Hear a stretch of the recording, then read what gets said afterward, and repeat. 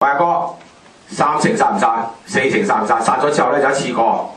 嗱，呢個社民連同埋其他黨派都係冇得咁樣做嘅。政府要包底。如果你哋我再講一次，全面包底唔係社民連嘅立場，係民建聯嘅立場。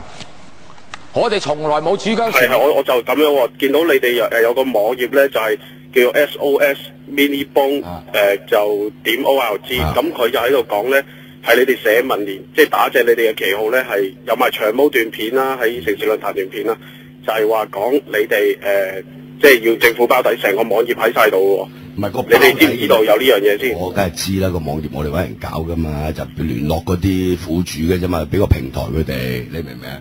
咁但係我哋冇叫政府包數，一定要即係話啊，政府孭幾多錢，揞幾多億出嚟，我哋冇咁樣講過。冇咗咩？我諗聽日我哋社民連正式出翻個澄清啟事啦，澄清聲明，即係唔好再係啊，因為你哋嗰個嘢亦即係網上好大迴響，好多人都好反感，點解會社民連叫人哋即係政府包底咁樣去用納稅人嘅錢去賠俾佢哋咧咁樣？